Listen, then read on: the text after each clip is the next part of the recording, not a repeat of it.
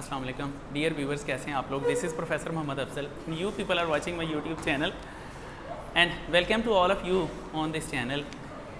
Dear students, आज हम पढ़ने जा रहे हैं general gas equation. This is also called the ideal gas equation. लेकिन इसकी तरफ जाने से पहले I should talk to my audience. पहले ਤੁਹਾਡੇ ਨਾਲ तो मैं फिर गल करना।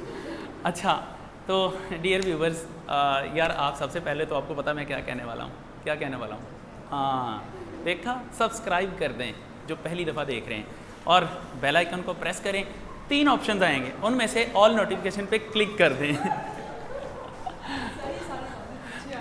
नहीं, मैंने माइक लगाया हुआ, इनकी आवाज़ें नहीं आनी होनी।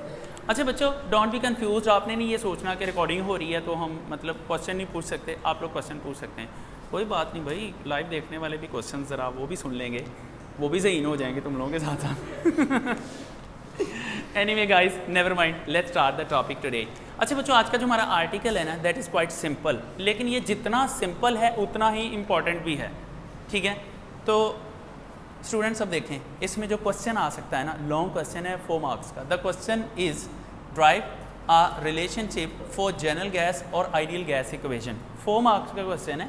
आप चाहें तो इसको एग्जैक्टली बुक से भी कर सकते हैं, आप चाहें तो जितना मैं लिखवा दूंगा वो कर लेंगे। मैं भी आपको स्टैंडर्ड ही लिखवाऊंगा। अच्छा गर्ल्स, हम इसको स्टार्ट करते हैं। यहाँ पर देखें, जनरल गैस इक्वेशन हमने प्रूफ करनी है, तो डेफिनेटली हमने इससे पीछे जो गैस लॉज पढ़े हैं ना, वो गैस लॉज को यूज़ करते हुए हम इसको प्रूफ करते हैं। हमने बॉयल्स लॉ पढ़ा था, आई थिंक सब ने पढ़ा होगा ये। अगर किसी स्टूडेंट ने नहीं पढ़ा तो उसको मैं लिंक दे दूँगा, वो चैनल से उस लेक्चर को देख सकता है। ओके स्टूडेंट्स, देखें, हम सबसे पहले बात स्टार्ट करते हैं। पहला जो लॉ हमने पढ़ा है that is Boyle's law. According to Boyle's law, according to Boyle's law, बच्चों बॉयल्स लॉ में हमने पढ़ा हुआ है कि जो वॉल्यूम होता है वो इन्वर्सली प्रोपोर्शनल टू प्रेशर होता है, ठीक है। और इसके अंदर temperature and number of moles are constant. Exactly बच्चों, नंबर ऑफ मोल्स ये कांस्टेंट होते हैं। अच्छा, दूसरा जो लॉ हमने पढ़ा था दैट वाज चार्ल्स लॉ, ठीक है। अकॉर्डिंग टू चार्ल्स लॉ,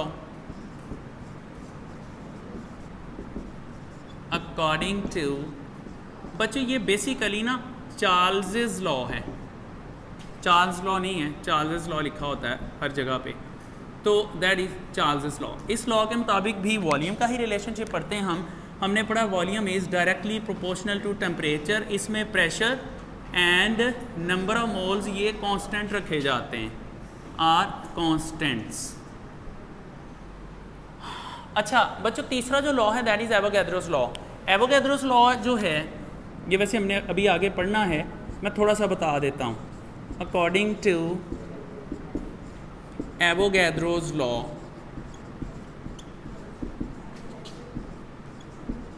बच्चों एवोगैड्रोस लॉ बेसिकली कहता है कि स्टैंडर्ड टेम्परेचर एंड प्रेशर पे, मतलब हम ना टेम्परेचर चेंज कर रहे हैं ना प्रेशर चेंज कर रहे हैं, कांस्टेंट कह सकते हैं। जो रूम का टेम्परेचर है, जो रूम का प्रेशर है, उसी कंडीशन पे हम किसी गैस के नंबर ऑफ मोल्स चेंज करते हैं तो उसका वॉल्यूम भी अकॉर्डिंगली चेंज होता है। मैं इसकी एग्जांपल देता होता हूँ, बलून की एग्जांपल। ये मैंने फर्स्ट टाइम पढ़ाया था, मैंने यही एग्जांपल दी थी आपको। देखें, बलून में जब हम हवा भरते चले जाते हैं तो उसका वॉल्यूम बढ़ता चला जाता है। जब उसमें से हवा निकालते चले जाते हैं तो बलून का वॉल्यूम छोटा होता चला जाता है।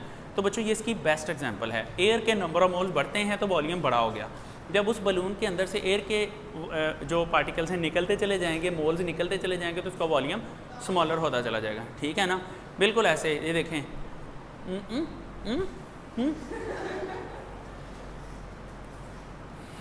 सिंपल। मैंने जब इसमें अपने मुंह में एयर के नंबर ऑफ मोल्स बढ़ा लिए थे तो वॉल्यूम ये फूल के कुप्पा हो गया था ऐसे, ठीक है ना। जब सारी एयर बाहर आ गई, नंबर ऑफ मोल्स कम हो गए मेरे मुंह के अंदर, तो वॉल्यूम कम हो गया, ठीक है।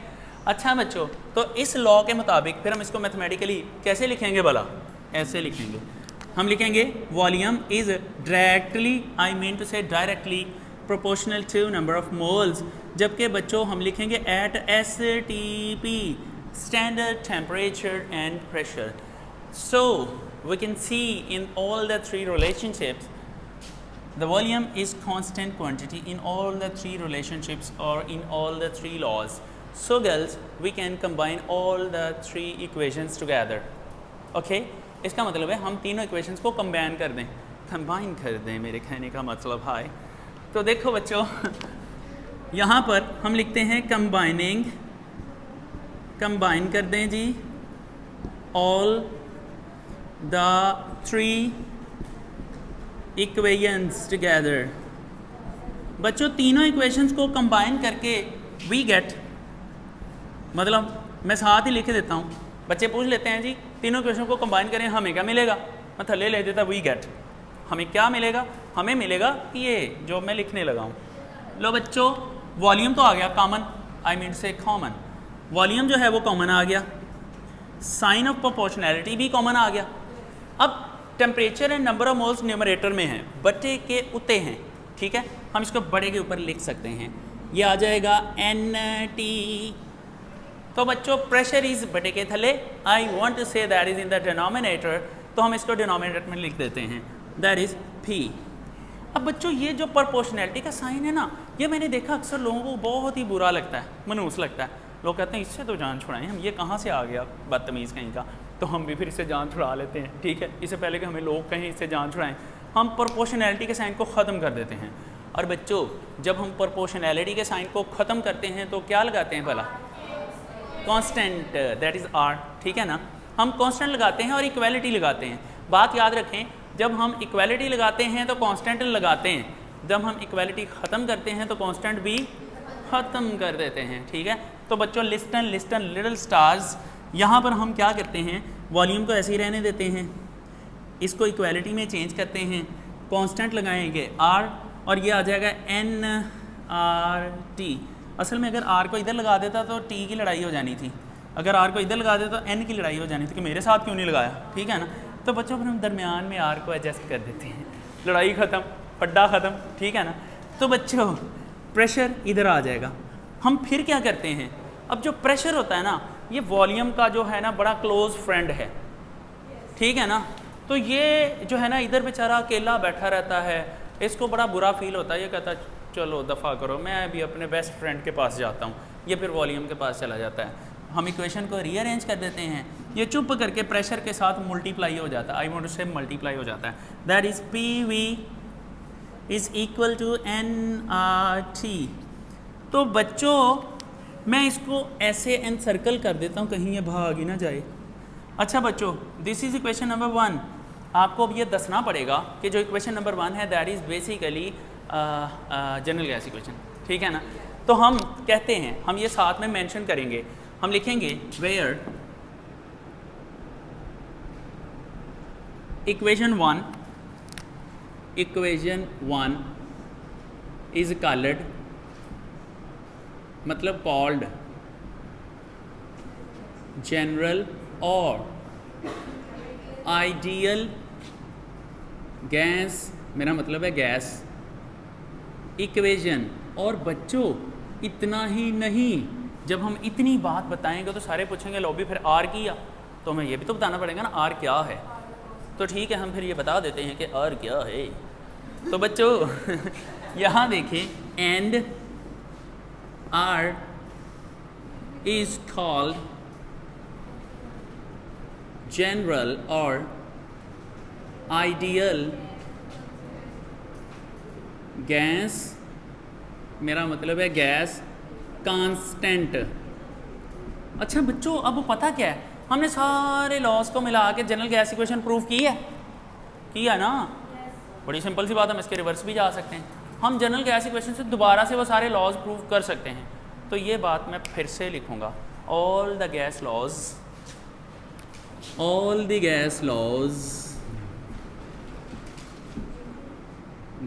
Laws can again be derived from equation number 1। कैसे अभी बताता हूँ। देखें सबसे पहला लॉ कौन सा पढ़ा है, बॉयल्स लॉ ना, हम इस लॉ को प्रूव करते हैं अभी, देखना जादू अभी मैं करूँगा, यहाँ देखना बच्चों। पहला लॉ हमने प्रूव करना है बॉयल्स लॉ, वैसे ये ना भी लिखते तो कोई इशू नहीं था, लेकिन बुक में लिख दिया उसने। अब जब बुक में लिख दिया तो फिर हमारी मजबूरी हो जाती है कि हम भी उसको लिखेंगे, ठीक है ना, बाकियों की मज काली रहती है। अच्छा बच्चों यहाँ देखें, इनफैक्ट हमने इसमें प्रूफ क्या करना था कि P V is equal to constant, यही होता है ना बॉयल्स लॉ, या volume is inversely proportional to pressure, यही होता है। तो यही हमने प्रूफ करना था, कर देते हैं। कहाँ से शुरू करेंगे? इक्वेशन 1 से। लिखें यहाँ पे, from equation 1 we get, from equation 1। बच्चों इक्वेशन 1 क्या थी? P V is equal to N R T, ये है ना। अब मुझे बताएं बॉयल्स लॉ में कांस्टेंट क्या होता है? Temperature, temperature is constant in Boyle's law. हम भी कर देते हैं, हमें कौन सा बिल आता है? नंबर ऑफ मोल्स ऑलरेडी हो गए ना जब हमने गैस को बंद कर दिया। इस पे हम टेम्परेचर कांस्टेंट करते हैं।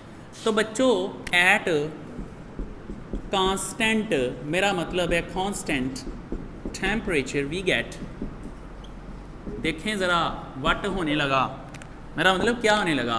P V is equal to, बच्चों नंबर ऑफ मोल्स कांस्टेंट होते हैं, आर भी कांस्टेंट होता है, टेम्परेचर को हमने कांस्टेंट कर दिया। सारा कुछ ही कांस्टेंट हो गया इस साइड पे, ठीक है ना।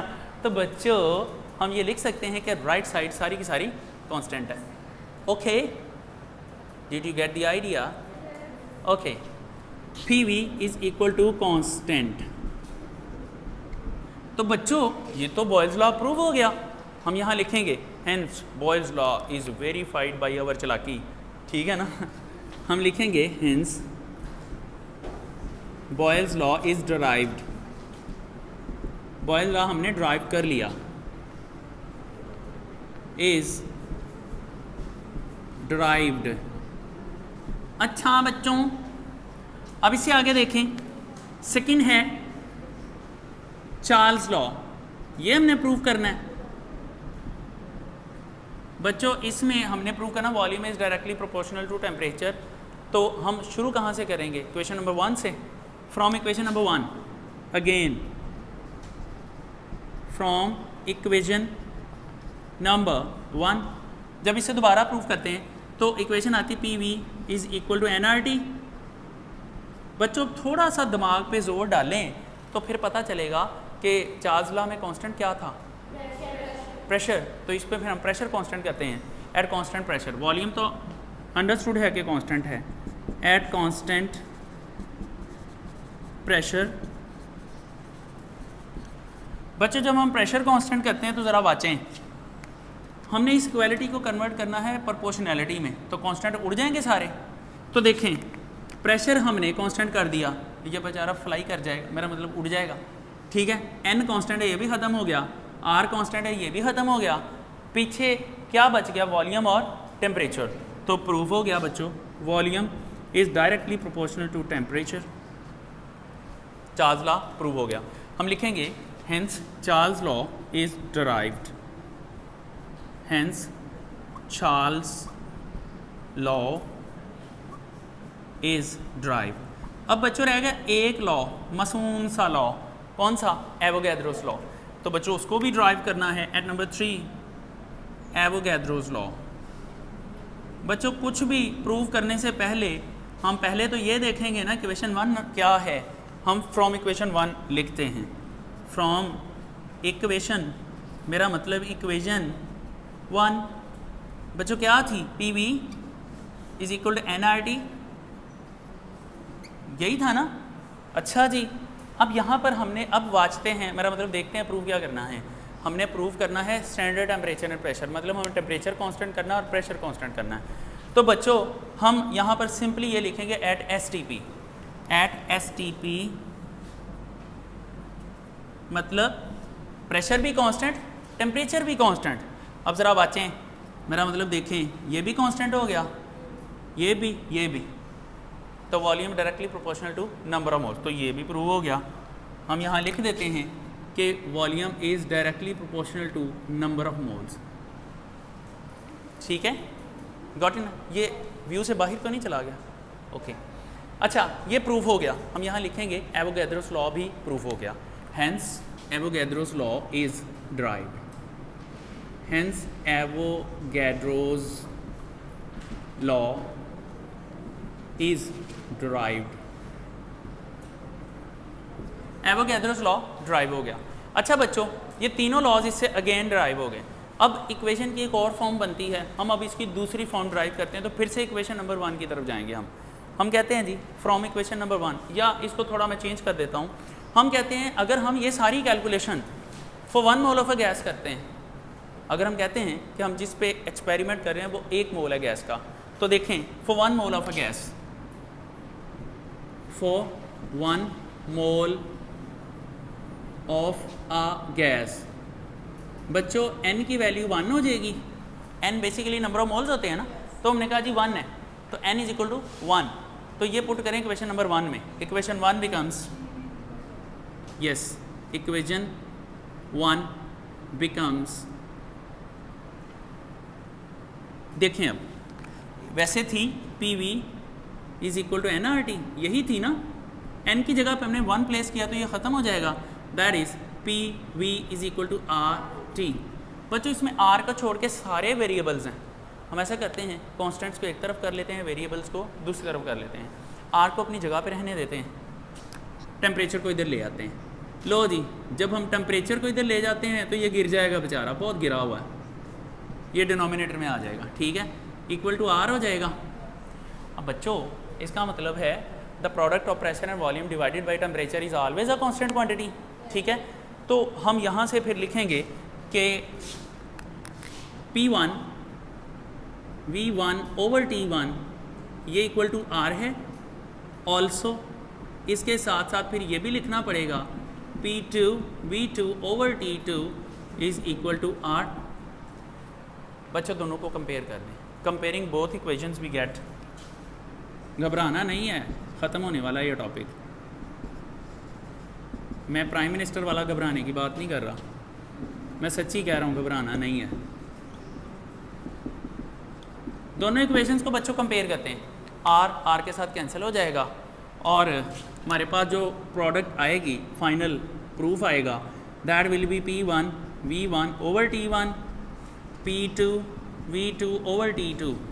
बच्चों this is an other form of general gas equation, और ये वाली फॉर्म न्यूमेरिकल्स में यूज़ होती है।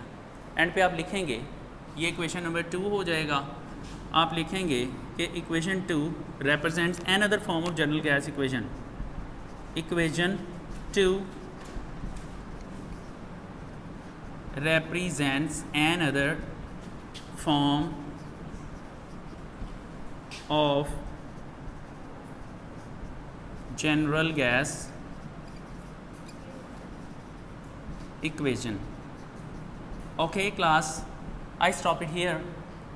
आपका ये लॉन्ग क्वेश्चन है, आपने ये सारी मैथमेटिकल डेरिवेशन जो है वो आंसर में लिखनी है। आप चाहे ये सारा कर लें, ये स्टैंडर्ड है, अगर आप यहाँ से एज़ इट इज़ कर लेते हैं जैसे मैंने करवाया है तो आपको इसमें पूरे मार्क्स मिल जाएंगे। एनीवे, अगर आप बुक से करना चाहते हैं तो बुक से भी कर लें। तो आपके साथ तो मैं बात करता हूँ, पहले मैं अपने ऑनलाइन ऑडियंस के साथ भी थोड़ी सी बात कर लूँ। तो जी व्यूअर्स, जनरल गैस इक्वेशन का टॉपिक होपफुली आपको समझ भी आई होगी, खुदा ना खास्ता। तो अब ये है कि फाइनली इससे अगले लेक्चर में मिलते हैं। इससे जो नेक्स्ट लेक्चर होगा वो आइडियल गैस कांस्टेंट आर की वैल्यूज़ होंगी, वो भी मैं अपलोड कर दूँगा सून इससे अगले लेक्चर में। तो बाकी ये है कि ऐसे नहीं जाना आपने, आप सबसे पहले सब्सक्राइब करेंगे, बेल आइकन प्रेस करेंगे, नोटिफिकेशन बार में जाके ऑल नोटिफिकेशन पे आप क्लिक कर देंगे। एनीवे गाइस, अपना ख्याल रखिएगा। Thank you very much. अल्लाह हाफ़िज़।